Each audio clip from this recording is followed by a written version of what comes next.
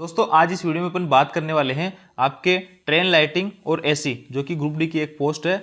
और यहाँ पे ट्रेन लाइटिंग और एसी के नाम से दो पोस्ट है जिसमें एक वर्कशॉप की है और एक डिपो की है।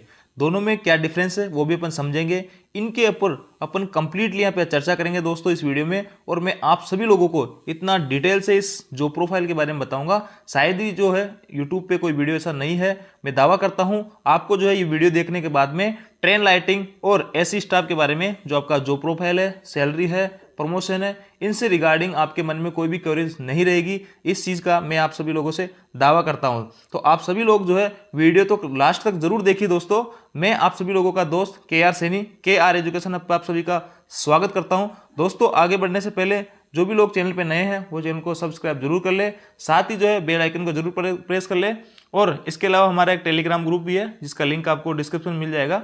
उसमें ऑलरेडी बहुत सारे रेलवे स्टाफ जुड़े हुए हैं, तो आपको किसी भी टाइप का अगर कोई डाउट हो तो आप वहाँ कमेंट कीजिए, आपको वहाँ पे रिप्लाई मिल जाएगा। तो सबसे पहले अपन इसमें बात करेंगे आपके पोस्टिंग प्लेस के बारे में। तो देखिए दोस्तों, पोस्टिंग प्लेस जो है इसका बहुत शानदार रहने वाला है। चाहे आपकी ड्यूटी डिपो में लगो या फिर जो है आपकी उसमें वर्कशॉप में लगो, दोनों ही जो जगह होती है शानदार जगह होती है। ऐसा नहीं कि कोई भी रिमोट एरिया जो होता है रोड साइड स्टेशन का, वहाँ पे आपकी पोस्टिंग दे दी जाएगी।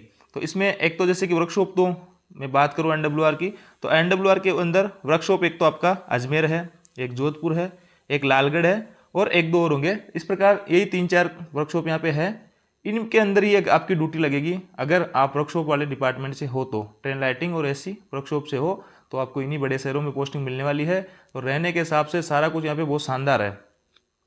इसके बाद में अगर आपको नॉर्मल जो डिपो वाली जो है ट्रेन लाइटिंग और एसी स्टाफ मिलता है तो उसके अंदर भी जो है आपकी पोस्टिंग सभी स्टेशनों पे नहीं होती है। बड़े जो जंक्शन स्टेशन होते हैं जहाँ पे सारा कुछ काम होता है वहीं पे आपकी ड्यूटी होती है। जैसे मैं बात करूँ बीकानेर डिवीजन में आपके ट्रेन लाइटिंग वाले जो है कहाँ कहाँ होंगे, तो देखिए ट्रेन लाइटिंग वाले और एसी वाले वहीं रहेंगे जहाँ पे CNW स्टाफ जो है उनकी पोस्टिंग होती है, वहीं पे इन लोगों की पोस्टिंग होती है। तो बीकानेर डिवीजन के अंदर मैं बात करूँ तो इनकी बीकानेर में है और हनुमानगढ़ में है, गंगानगर में है, सूरतगढ़ में है। इन सब जगह इन ट्रेन लाइटिंग वालों की ड्यूटी लगी होती है। अब दोस्तों देखिए इसमें होता क्या है, दोनों में इतना सा ही डिफरेंस है कि आपको जो है वर्कशॉप वाली में वर्कशॉप में ड्यूटी करनी होगी और डिपो वाली में आपको डिपो वाली में। तो इन दोनों जो प्रोफाइल है वर्कशॉप और डिपो वाली, इस एक वीडियो में अपन जो है यहाँ पे बात करेंगे। इसके ऊपर अलग अलग से वीडियो नहीं बनाएंगे। तो हमने जो है अब तक यहाँ पे 4 वीडियो बना चुके हैं अपन, जिसमें पहला अपन ने बनाया था SNT के ऊपर, दूसरा पॉइंट्समैन के ऊपर, तीसरा CNW और चौथा जो होता है असिस्टेंट वर्कशॉप के ऊपर मैंने वीडियो बनाया था। उनका सभी का लिंक यहाँ पर डिस्क्रिप्शन दे रखा है। इन 4 पोस्टों में से अगर आपका किसी भी पोस्ट पर सिलेक्शन हुआ है तो आप जाके वो वीडियो देख सकते हैं। आपको कंप्लीटली जानकारी वहाँ पे मिलने वाली है। अब दोस्तों बात करते हैं अपन सेकंड टॉपिक पे कि यूनिफॉर्म जो है क्या रहने वाली है इसमें असिस्टेंट ट्रेन लाइटिंग और एसी स्टाफ में। तो देखिए दोस्तों, आपकी जो है यूनिफॉर्म जो है पॉइंट्समैन की जो है CNW की है, TNC की है, हॉस्पिटल अटेंडेंट की है, इन सब की जो है यूनिफॉर्म एक ही कलर की होने वाली है। ये ग्रे कलर की इनकी यूनिफॉर्म होती है।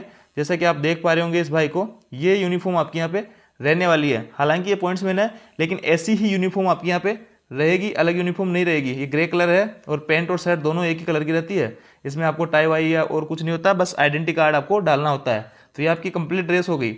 इसके बाद में दोस्तों अपन बात करते हैं पॉइंट नंबर 3 पर कि आपकी जो ट्रेनिंग कहाँ होगी और कितने दिन की होगी। तो देखिए दोस्तों, यहाँ पे आप जो है कोई ट्रेनिंग वाला जैसा कोई काम नहीं करोगे इंडिपेंडेंटली। आप एक तरह से असिस्टेंट हो, हेल्पर की तरह आप यहाँ पे काम करोगे। आपका टेक्नीशियन जो है आपको कहेगा कि वो जो है बैटरियां उठा के लानी है या वो वायर का गट्ठा उठा के लाना है, तो वही आपको हेल्पर का काम करना होगा। तो इसमें ट्रेनिंग की कोई ज़रूरत होती नहीं है। आपको कोई काम बताएगा, आपको वो करना है। मतलब आपको कंप्लीट इंस्ट्रक्शन देगा कि भाई ये सामान लेके वहाँ पहुँचाना है, उस गाड़ी में रखना है, उसमें ये खराबी है, ये नहीं है, तो वो जो है आपको बताएगा और आपकी ट्रेनिंग वहीं पे धीरे धीरे हो जाएगी शुरू शुरू में। और बाकी अलग से आपके यहाँ पे कोई ट्रेनिंग होती नहीं है। पोस्टिंग आपको डायरेक्ट दे दी जाएगी। वर्कशॉप वालों को वही 5-7 दिन के लिए थोड़ा बताया जाता है, कोई खास ट्रेनिंग नहीं होती है, वर्कशॉप के अंदर ही उनको बता देते हैं। तो इस पोस्ट के अंदर ट्रेनिंग की कोई आवश्यकता नहीं होती है और ट्रेनिंग आपकी यहाँ पे नहीं दिलवाई जाती है। और धीरे धीरे जब आप टेक्नीशियन के साथ में, जेई के साथ में काम करोगे तो आपको यहाँ पे काम आता चला जाएगा और आप एक टाइम में जो है टेक्नीशियन जैसे या जेई के जैसे काम करने लग जाओगे। तो वहीं पे आपकी ऑटोमेटिक ट्रेनिंग हो जाती है। अलग से आपको यहाँ पे ट्रेनिंग नहीं दी जाएगी हेल्पर के अंदर। तो बात करते हैं आपके ड्यूटी आवर्स की। तो देखिए यहाँ पे ड्यूटी आवर्स जो है डिपेंड करेगा कि आपकी जो है ड्यूटी किस डिपार्टमेंट में है।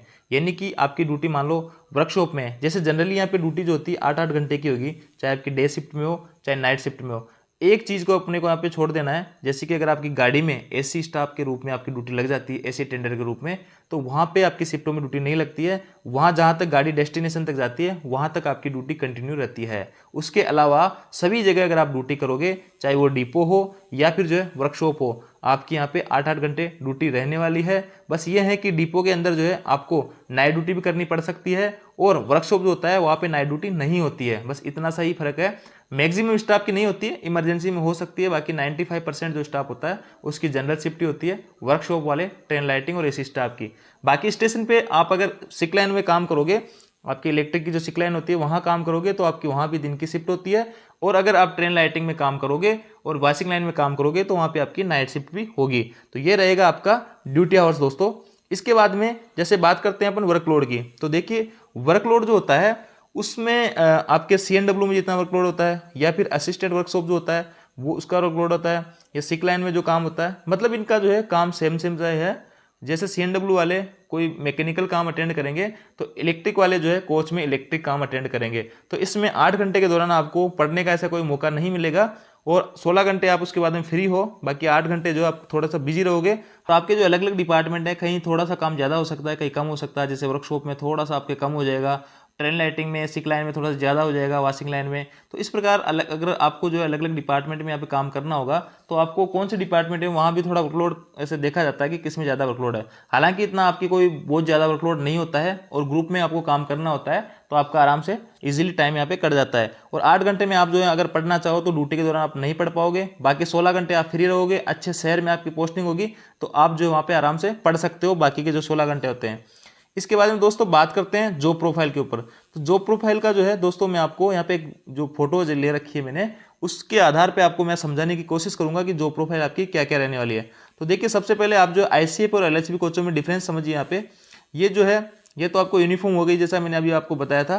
अब अपन जो यहाँ पे देखते हैं आपके ICF और LHB कोचों के अंदर क्या डिफरेंस होता है। तो देखिए दोस्तों ये जो है चेन वाले कोच है। चेन वाले जो कोच होते हैं नीले टाइप के जो आपने जनरली देखे होंगे, वो जो होते हैं चेन वाले होते हैं और ये चेन उसमें लगी होती है। ये प्रेशर पाइप जो है ये दोनों में रहेगा, उसमें भी रहेगा। आपके LHB जो रेड कलर के आजकल कोच चल रहे हैं आप सभी ने देखा होगा, उनमें चेन नहीं लगी होती, यहाँ पे उनमें जप्पा होता है। ये चेन वाले कोच जो है ICF वाले होते हैं। और दूसरा जो होता है LHB का होता है। और इनमें दोस्तों जो ये 2 पाइप लगे हुए हैं ये उस LHB में रहेंगे और ICF में भी रहेंगे। अब इसमें डिफरेंस क्या है, अब मैं आपको क्यों दिखा रहा हूँ, क्योंकि इसमें जो है इसमें इलेक्ट्रिक वालों का इतना काम नहीं होता है। इसमें अल्टरनेटर वगैरह वो लगे होते हैं तो उससे जो है इनका इलेक्ट्रिक का काम हो जाता है, कपलर वगैरह नहीं लगे होते हैं। जबकि LHB के अंदर आपके कपलर लगे होते हैं। ये LHB का जप्पा होता है, चेन की जगह ऐसा जप्पा होता है। ये एक कोच का पार्ट होता है, एक दूसरे का होता है, आके जुड़ जाते हैं। और ये देखिए आपको LHB कोच जो है दिख रहा होगा, इसके अंदर आपका जो है इससे बहुत काम रहने वाला है। तो देखिए एक बार मैं इसी फोटो के ऊपर आपको काम समझा देता हूँ, आपका क्या क्या काम होने वाला है। देखिए 3 टाइप के काम आपके यहाँ पे हो सकते हैं, एसी और ट्रेन लाइटिंग वालों का मैं बता रहा हूँ। तो देखो पहला तो हो जाता है, ये डिपो की मैं बात कर रहा हूँ, डिपो के अंदर यानी स्टेशन के अंदर आपको क्या क्या काम होंगे। तो ये आपका हो जाएगा ट्रेन लाइटिंग में, दूसरा आपका हो जाएगा वॉशिंग लाइन में, तीसरा आपका हो जाएगा सिक लाइन में, चौथा हो जाएगा आपका एसी स्टाफ में। ये 4 काम आपको करने होंगे जब आप इनिशियल आओगे। तो देखिए ट्रेन लाइटिंग वालों का क्या क्या काम होता है। ट्रेन लाइटिंग वाले का मतलब होता है इनका ऑफिस एक प्लेटफॉर्म पे बना होता है। प्लेटफॉर्म पे आपका टेक्नीशियन आपको दे देंगे और 1-2 आपका स्टाफ रहेगा। वहाँ पे काम रहेगा कि मान लो आपका स्टेशन जो है ओरिजिनेट स्टेशन है, यानी वहीं पे गाड़ियाँ खत्म हो रही है, टर्मिनेट स्टेशन भी वही है और ओरिजिनेट स्टेशन भी वही है।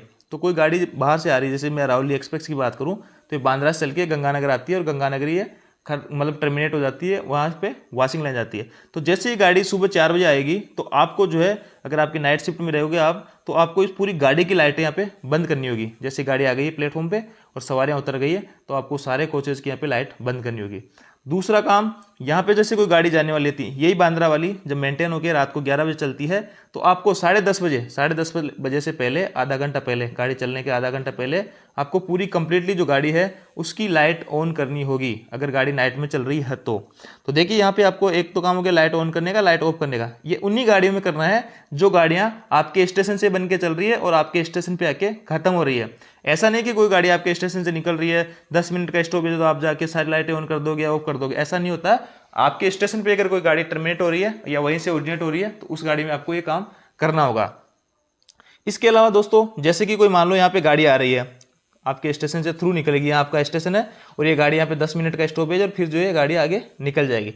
तो इस केस में क्या करना है आपको, मान लो यहाँ पे कोई कंप्लेन आती है, ऑनलाइन कोई बंदा कंप्लेन कर देता है कि हमारे जो है पंखा नहीं चल रहा है या जो लाइट खराब है, या फिर जो है गार्ड के पास में वो कंप्लेन कर देता है। अब गार्ड क्या करेगा, गार्ड बताएगा स्टेशन मास्टर को, स्टेशन मास्टर का ऑफिस स्टेशन पे होता है, उसको बताएगा और स्टेशन मास्टर इंक्वायरी जो कि टीसी अनाउंसमेंट करता है उसको बोलेगा कि on duty train lighting staff को बोलो ब्रेक 1 को अटेंड करे, गार्ड को। तो गार्ड के पास जाएगा और गार्ड उसको बता देगा कि कौन से कोच में क्या दिक्कत है। तो ऐसे करके आपको वहाँ पे तुरंत पहुँचना है और जो भी आपका काम है, पंखे खराब है तो उसको सुधारना है, अगर लाइट खराब है तो उसको आपको देखना है, इलेक्ट्रिक से रिलेटेड अगर कोई फॉल्ट है वहाँ पे तो उसको आपको दूर करना है, एक काम। और दोस्तों ट्रेन लाइटिंग वालों का ही जो प्लेटफॉर्म पे होते हैं उनकी एक ड्यूटी ये भी होती है कि मान लो ये गाड़ी आई है बाहर से और इसके जो है इस कोच को ही सिक कर दिया, सिक मार कर दिया किसी भी कारणों से, मान लो व्हील खराब है किसी भी कारण से, तो आपको क्या करना होगा, ये जो कपलर दिख रहा होगा आपको, ये आईसीएफ वाले कोचों में नहीं होता, ये जफ्फे वाला कोच है एलएचबी, आपको मैंने अभी चेन वाला जो कोच दिखाया था उसमें ये आपका नहीं होता है कपलर। अब ये जो यहाँ पे दिख रहा है ना आपको, ये जॉइंट हो रखा है, ये अगर इसके साथ में दूसरा कोच होता तो ये जॉइंट जो है यहाँ से खोल के इसको उसके साथ में जोड़ देते हैं। ये क्या करता है, इलेक्ट्रिक की सप्लाई करता है, इलेक्ट्रिक की सप्लाई करता है। तो मान इसको जो है आपको खोलना होगा, मान लो 2 कोच जुड़े होंगे और बीच वाला कोच जो यहाँ पे सिक कर दिया, इस कोच को सिक कर दिया, तो फिर आपको जो है इस कपलर को उधर से खोल के और यहाँ पे इसको लगाना होगा, इसको हटा देंगे कोच को और दूसरा कोच जब यहाँ पे लगेगा तो ऐसा ही कपलर उसके लगा होगा, तो इस कपलर को यहाँ से खोल के आपको और दूसरे कोच के साथ में जोड़ देना है, मतलब दूसरे कोच के वो पिन लगी होती है ऐसा, जहाँ ये ऐसे सेम टू सेम जो लग रहा है ना ऐसा कैसे दूसरे कोच में लग जाएगा। उससे क्या होगा, इलेक्ट्रिक की सप्लाई जो है सभी कोचों में हो जाएगी। ऐसा जप्पा इसमें होता है एलएचबी वाले में, आईसीएफ वाले में चेन होती है। तो ये कंप्लीटली ट्रेन लाइटिंग वालों का काम हो गया। इसके बाद दोस्तों बात करते हैं वॉशिंग लाइन की। तो देखिए वॉशिंग लाइन में आपसे इंडिपेंडेंटली कोई काम नहीं करवाया जाता है, और ये वॉशिंग लाइन हो गई आपको दिख रही होगी, बाहरी सफाई जो है आजकल मशीनों से हो रही है, सफाई से रिलेटेड आपका कोई काम नहीं रहता है, बस इसमें जो है आपको इलेक्ट्रिक से रिलेटेड काम आपको देखने होते हैं। आपका जेई जो होता है या एसएससी लेवल का जो इसका सुपरविजन करता है, वहाँ पे मेंटेनेंस का काम करता है, उसके इंस्ट्रक्शन में आपको यहाँ पे निर्देशन में काम करना होगा। तो इसमें मोटा मोटा आप लोगों को शुरुआत में क्या काम करना होगा, एक तो आपको प्लग चेक करने होंगे, जैसे ये लाइट लगी होती है एसी वाली कोच में, ये लाइट होती है, सभी कोचों में नहीं होती है, हर सीट के ऊपर ये लाइट लगी होती है। इस सबको जो है वो जला के देखता है, चला के देखता है कि लाइट जल रही है या नहीं जल रही है, अगर इसमें कोई फॉल्ट है तो इसको वो जो दूर करने की यहाँ पे कोशिश करता है जेई के निर्देशन में। इसके अलावा वो सभी सॉकेट आपके जो प्लग होते हैं, आप जहाँ पे चार्जिंग वगैरह लगाते हो, रेलवे के सभी कोचों में होते हैं, तो वो हर कोच के हर प्लग को यहाँ पे चेक करता है, एक बल्ब होता है उसको लगा लगा के भाई चल रहा है, चालू हालत में है या नहीं है, तो वो भी उसका यहाँ पे काम होने वाला है आपका हेल्पर में। इसके अलावा भी जैसे कि मान लो कोई कोच सिक हुआ है या उसकी बैटरियाँ जो है खराब हो जाती है, इसमें बहुत मोटी मोटी बैटरियाँ रहती है, तो उन बैटरियों को जो है आपको निकाल के और वहाँ पे सिक लाइन में ले जाना होता है, और उनकी जगह दूसरी बैटरियाँ आपको लेके आके आनी होती है, और बैटरियाँ जो है बहुत भारी होती है, ये भी काम आपको यहाँ पे करना होगा। इसके अलावा भी इसमें जैसे कि अंडर वायरिंग होती है, अंडर फ्रेम में वायरिंग वगैरह होती है, तो उसको भी आपको जो है कोई कटी फटी वायरिंग नहीं है, कई बार ऐसा होता है वायरिंग वहाँ से खराब हो जाती है, जल जाती है, तो वो भी आपको अगर देखना है जेई के निर्देशन में। ऐसा नहीं है आपकी ड्यूटी है, जेई अगर आपको कहता है कि यहाँ पे वायर लगा दीजिए या वायर का ये मेरे को ला के दो या ये चेक करो प्लग चालू है नहीं है, तो ये आपको छोटे मोटे काम यहाँ पे शुरुआत में करने होंगे। इसके अलावा दोस्तों ये वॉशिंग लाइन का यही काम रहता है, बाकी जो डीपली काम होता है अंडर फ्रेम वगैरह का, तो वायरिंग वगैरह डीपली जो काम होता है वो आपका जेई करता है, वो आप धीरे धीरे सीख जाओगे उसके साथ में जब काम करोगे। तो देखिए ये जो है जफ्फा होता है, ऐसे दोनों जफ्फे लग जाएंगे एलएचबी कोचों में आजकल ये है, चेन वाले सिस्टम यहाँ पे खत्म हो गया है। इसके बाद दोस्तों अपन यहाँ पे आपके जो बात करते हैं तीसरी जॉब सिक लाइन की। सिक लाइन में भी आपकी पोस्टिंग हो सकती है एससी और ट्रेन लाइटिंग स्टाफ वालों की, क्योंकि आजकल इन दोनों को ही मर्ज कर दिया गया है, तो आप सिक लाइन में काम करने से मना नहीं कर सकते हो।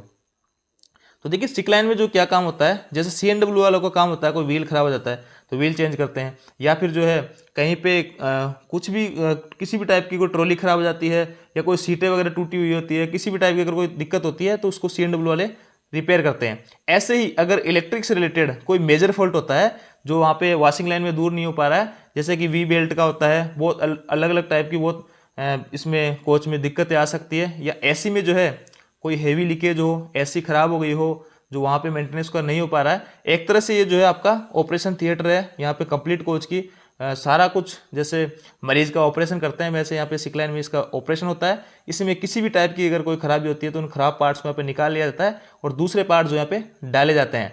वायरिंग जल गई तो सारी कुछ वायरिंग यहाँ पे दोबारा से इसमें चेंज कर दी जाती है, या फिर जो है इसमें अल्टरनेटर वगैरह खराब हो गए, बैटरियाँ खराब हो गई, तो सिक लाइन में इनका यही काम यहाँ पे किया जाता है। वी बेल्ट का भी यहाँ पे काम करना होगा, तो यह इसमें आपको असिस्टेंट के रूप में काम करना होगा दोस्तों। आप यहाँ पे टेक्नीशियन नहीं हो, आपको सहायक के रूप में यहाँ पे काम करना होगा। तो सिक लाइन में यही सारे कुछ काम चलते रहते हैं। गाड़ी में इलेक्ट्रिक से रिलेटेड कोई मेजर फॉल्ट होता है और वो कोच जो है चलने की कंडीशन नहीं होता है, वॉशिंग लाइन में उसकी रिपेयर नहीं हो पा रही है, तो फिर जो उसको सिक किया जाता है और सिक मार्क करके उसको सिक लाइन में प्लेसमेंट मांगा जाता है, और आप जो है उनका सारा कुछ वहाँ पे काम करोगे। उसमें जो भी रिलेटेड दिक्कत होगी, सिक लाइन जो होती है यहाँ से मतलब दोनों तरफ पटरी जा रही है और बीच में से खोखली होती है, तो इसके नीचे जाके कोच के और आप चेक कर सकते हो अंदर से नीचे से इसको सारा कुछ की कोई वायरिंग मतलब गायब तो नहीं है या फटी टूटी फूटी नहीं है, जली हुई नहीं है, सारा कुछ आप चेक कर सकते हो। इसके बाद में दोस्तों चौथी जो ड्यूटी होती है आपकी वो होती है एसी कोच में। अब देखिए एसी में क्या होता है, यहाँ पे आपको मैं बात करता हूँ फॉर एग्जाम्पल के लिए। मान लेता हूँ कि बांद्रा वाली जो गाड़ी है गंगानगर से रात को 23 बजे चलती है, और ये जो है 2 दिन वहाँ पे लगाती है बांद्रा पहुँचने में, और वहाँ से फिर जो है 2 दिन आने में भी। मतलब यहाँ से जो बंदा चढ़ा है गंगानगर से, वो 4-5 दिन बाद में वापस गंगानगर आता है। तो आप कहोगे कि सर उसको जो है रेस्ट वगैरह कैसे मिलता होगा या उसकी ड्यूटी कैसे काउंट होती होगी। तो देखो यहाँ पे जो है उस बंदे को उसकी ड्यूटी, जब वो यहाँ से गाड़ी में चढ़ता है 23 बजे, और जब तक गाड़ी वहाँ पे बांद्रा पहुँचती है तब तक वो ऑन ड्यूटी ही माना जाता है। और वहाँ पे जो है 12 घंटे आपको जो रेस्ट मिलेगा उसको काट लिया जाता है। यानी गाड़ी जो है बांद्रा जाके 12 घंटे वहाँ पे लेती है मेंटेनेंस के लिए, मतलब जो भी साफ सफाई वगैरह है, तो 12 घंटे आप जो रेस्ट करोगे वो आपका रेस्ट कट जाएगा, और बाकी सारे जो ड्यूटी आपकी यहाँ पे कंटिन्यू रहने वाली है। अब देखो आपने 4 दिन लगातार ड्यूटी करके आए हो, तो मान लेते हैं अपन यहाँ पे आपने जो है 60-70 घंटे काम कर लिया होगा सपोज डेट। अब मान लेते हैं कि 80 घंटे आपका यहाँ पे कंप्लीटली काम हो गया, तो 80 घंटे के हिसाब से जो है आपकी ड्यूटी यहाँ पे कितने दिन की हो गई, 10 दिन की। तो 10 दिन के हिसाब से आपने वहाँ पे 4 दिन में 80 घंटे करके आ गए, या 4 या 5 दिन में, तो फिर जो है आपको यहाँ पे 5 दिन का कंप्लीट रेस्ट मिलेगा। यानी आप एक ट्रिप लगा के आओगे बांद्रा टर्मिनल की, तो उसके बाद में आपको 5 दिन का कंप्लीटली रेस्ट दिया जाएगा दोस्तों। पहले ओटी का प्रावधान था, लेकिन आजकल ओटी बंद कर दिया गया है, क्योंकि पहले ओटी मिलता था तो ये जो है रेस्ट नहीं कर पाते थे। अब जो है अगर आप एक ट्रिप वहाँ पे लगा के आते हो तो कंटिन्यू आपकी जो ड्यूटी काउंट हो जाएंगी, ड्यूटी आवर्स, और 8 घंटे के हिसाब से आपकी ड्यूटी काउंट कर ली जाएगी। और आपने जो है 80 घंटे अगर काम कर लिए, जैसे कि 5 दिन में आप 80 घंटे आपकी गाड़ी चली है, तो आपको ये 8 घंटे के हिसाब से 10 दिन की ड्यूटी हो गई, तो 5 दिन तो आपने ड्यूटी कर ली और 5 दिन आपको यहाँ पे कंप्लीटली रेस्ट मिलेगा जब आप आ जाओगे। तो ऐसे आपकी ट्रेन लाइटिंग में ड्यूटी लगती है। ट्रेन लाइटिंग में टेक्नीशियन रहता है आपके साथ में और एक हेल्पर रहेगा, 2 लोग रहते हैं। वंदे भारत में जेई रहेगा, टेक्नीशियन रहेगा और एक जो है आपका हेल्पर रहेगा, 3 लोग वंदे भारत में काम करेंगे। तो इस प्रकार एसी वालों की यहाँ पे ड्यूटी लगती है। और एसी वालों को जो है यहाँ पे टीए भी मिलता है दोस्तों, 500 रुपये पर डे के हिसाब से इनको टीए मिलता है। तो टीए इनका बहुत अच्छा खासा हो जाता है जो भी एसी के अंदर चलते हैं। और वहाँ पे काम कुछ नहीं होता है, एसी की जो है कूलिंग कम करना, ज़्यादा करना, पैसेंजर्स की जो अगर किसी टाइप की समस्या है तो उनको वहाँ पे निवारण करना है चलती हुई गाड़ी में।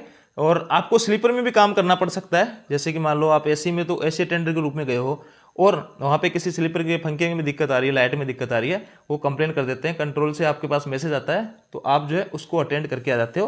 हालांकि उधर आपका काम नहीं होता, लेकिन आपको चलती गाड़ी में काम करना होता है रेल का।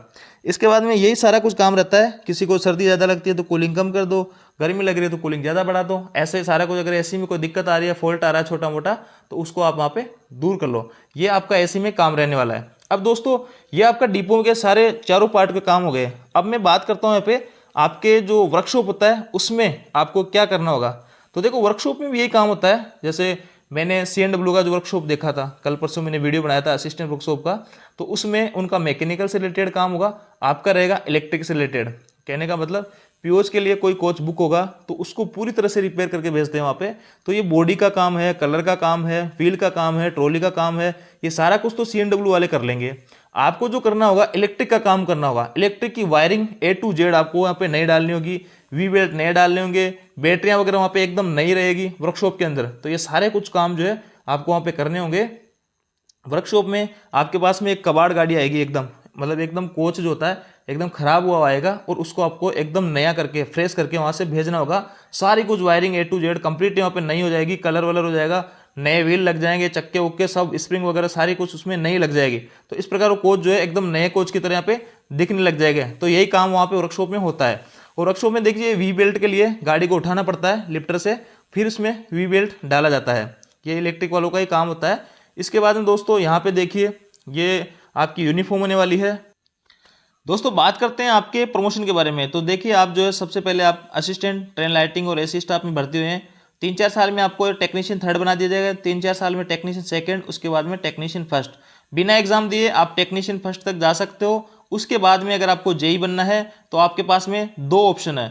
दो ऑप्शन में एक तो आता है आपका एलडीसीई जो डिपार्टमेंटल से आप जेई बनते हो वो, और दूसरा आता है आपका जीडीसीई जो कि जनरल एग्जाम से आप जो है जेई बन सकते हो। तो एलडीसीई के तहत जो है आपके पास में डिप्लोमा ना कोई ज़रूरी नहीं है। आपके पास में डिप्लोमा नहीं है तो भी कोई दिक्कत नहीं है, आप जेई फिर भी बन सकते हो। और जीडीसीई के थ्रू जो है अगर आपको जेई बनना है तो आपके पास में डिप्लोमा होना चाहिए। जो भी यहाँ पे निर्धारित कर रखा है जेई के लिए वो डिप्लोमा आपके पास में होना चाहिए। और दोस्तों यहाँ पे टेक्नीशियन थर्ड में जो है आपकी 3 साल की अगर ड्यूटी कंप्लीट होगी उसके बाद में आप जो है एलडीसीई का एग्जाम दे पाओगे जो कि आपका डिपार्टमेंटल एग्जाम होता है। और जीडीसीई के एग्जाम के लिए ऐसी कोई बाउंडेशन नहीं होती है आपका। जैसे कि यहाँ पे टेक्नीशियन में या कहीं भी आप काम कर रहे हो, इसमें असिस्टेंट ट्रेन लाइटिंग में भी हो तो आप जो है जीडीसी का एग्जाम दे सकते हो, टाइम का कोई बाउंडेशन नहीं होता है। जबकि एलडीसी के अंदर जो है आपको टेक्नीशियन थर्ड में 3 साल की सर्विस यहाँ पे कंप्लीट करनी होगी। तो इस प्रकार आप प्रमोशन ले सकते हो। जेई के बाद में आपका कोई एग्जाम नहीं लगता है, एसएससी बन जाओगे और एसएससी से आप जो है डिपार्टमेंटल एग्जाम देके ग्रुप बी की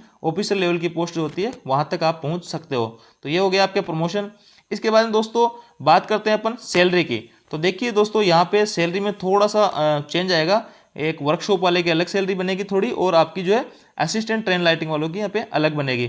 आप जहाँ पे ड्यूटी करोगे उस जगह के हिसाब से आपकी सैलरी यहाँ पे फ्लेक्सिबल रहेगी, 5 से 10 हज़ार ऊपर नीचे यहाँ पे रहेगी। तो देख लेते हैं कैसे रहेगी। सबसे पहले तो सब लोगों को मिलने वाली उस सैलरी के बारे में बात करते हैं। आप सभी लोगों को यहाँ पे 18,000 बेसिक मिलेगा और 7,500 जो कि 42% डी है वो भी मिलेगा। टीपीए जो है 1278 रुपये वो भी आपको यहाँ पे मिलने वाला है। इसके बाद में आपके जो एचआरए जो है आपको 3 सीटी के हिसाब से मिलेगा। आपकी पोस्टिंग जहाँ होगी उसके अकॉर्डिंग आपको 1620 में मिल सकता है अगर आपकी पोस्टिंग जेड क्लास में है, वाई क्लास में 3240 और जो 4860 रुपये अगर एक्स क्लास सिटी में हो तो देखिए दोस्तों मैक्सिमम वर्कशॉप जो होते हैं वो आपके वाई क्लास सिटी में होंगे। तो आपको यहाँ पे 18% डीए मिलेगा, 18% एचआरए मिलेगा जो कि 3240 रुपये हो गए। और एक्स क्लास सिटीज़ में जो है जैसे कि बॉम्बे हो गया या दिल्ली हो गया, ऐसे स्टेशन जो है आपको एक्स क्लास में आते हैं तो वहाँ पोस्टिंग है तो आपकी 4,860 रुपये मिलेंगे। इनके अलावा अगर कहीं भी जो स्टेशन होते हैं नॉर्मल वहाँ पे आपको जेड क्लास सिटी में आते हैं और वहाँ पे 1620 रुपये आपको एचआरए मिलेगा। तो ये भी आपके डिपेंड करेगा आपकी पोस्टिंग के ऊपर कि आपकी पोस्टिंग कहाँ है, उसके अकॉर्डिंग आपको यहाँ पे एचआरए मिलेगा। अब दोस्तों देखिए यहाँ पे नाइट ड्यूटी, जैसे ट्रेन लाइटिंग में नाइट ड्यूटी होती है, वॉशिंग लाइन में नाइट ड्यूटी होती है, वर्कशॉप में नहीं होती है तो वर्कशॉप वालों को नहीं मिलेगा नाइट ड्यूटी, और सिक लाइन में नहीं होती है तो सिक लाइन वालों को यहाँ पे नाइट ड्यूटी नहीं मिलेगा। तो यहाँ पे ट्रेन लाइटिंग वालों को और वॉशिंग लाइन वालों को लगभग 2-3 हज़ार रुपये नाइट का बन जाता है।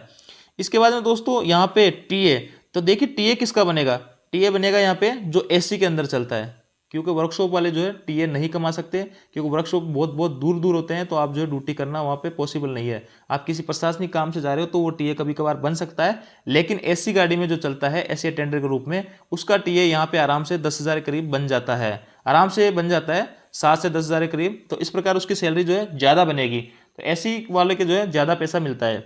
इसके बाद में दोस्तों ड्रेस अलाउंसेज आप सभी लोगों को 5,000 रुपये मिलेगा। और एनएचए नेशनल हॉलिडे जो है 380 रुपये मिलेंगे आपको, चाहे आप वर्कशॉप में हो चाहे आप कहीं भी हो। अगर आप एनएच के दिन ड्यूटी करते हो तो आपको 380 रुपये मिलेंगे, नहीं करते हो तो ये नहीं मिलेंगे। तो इस प्रकार आपके 12 एनएच होते हैं, अगर सभी को ड्यूटी करोगे तो 380 रुपये पर एनएच के हिसाब से आपको मिल जाएगा। इसके बाद में दोस्तों इंसेंटिव, तो देखिए इंसेंटिव जो होता है वो ओनली वर्कशॉप में मिलता है। असिस्टेंट वर्कशॉप को मिलेगा, असिस्टेंट सीएनडब्ल्यू में कोई होगा वर्कशॉप में ड्यूटी कर रहा है तो उसको भी यहाँ पे 3-4 हज़ार रुपये इंसेंटिव मिलता है। शुरुआत में जब आप हेल्पर में रहोगे, इंडिपेंडेंटली काम नहीं करोगे तो शुरुआत में 5-6 महीने आपको इंसेंटिव नहीं मिलेगा। उसके बाद में ग्रुप डी वालों को हेल्पर को भी जो यहाँ पे इंसेंटिव मिलने लग जाएगा। और इंसेंटिव जो होता है दोस्तों वो डिपेंड करेगा कि आप जो है कितने दिन ड्यूटी कर रहे हो, सारा कुछ वहाँ पे डिपेंड करेगा। तो इंसेंटिव का मतलब ही यही होता है कि आपने जो है रेल के किसी काम को, जैसे कि वो काम 2 घंटे का है उसको आपने 1 घंटे में कर दिया तो यहाँ 1 घंटा आपने बचाया है, इसी के रूप में आपको रेल इंसेंटिव देती है। ये आपके अलग अलग इसकी रेट होती है। जैसे मान लेते हैं ग्रुप डी वाले की 40 हो गई, टेक्नीशियन थर्ड की 50 हो गई, सेकंड वाले की 60 हो गई, ऐसे आपके बढ़ती जाती है। जेई की मान लो 100 रुपये हो जाती है, उस अकॉर्डिंग ही आपका यहाँ पे इंसेंटिव बनता है। जैसे जैसे आपका ग्रेड बनेगा इंसेंटिव आपका बढ़ता जाएगा। जैसे टेक्नीशियन फर्स्ट वालों को जो है यहाँ पे 8 से 10 हज़ार रुपये आराम से इंसेंटिव मिल जाता होगा, यदि वो रेगुलर यहाँ पे ड्यूटी करते हैं तो। इस प्रकार दोस्तों आपकी सैलरी जो है थोड़ा सा वेरिएशन रहेगा 5 से 10 हज़ार का।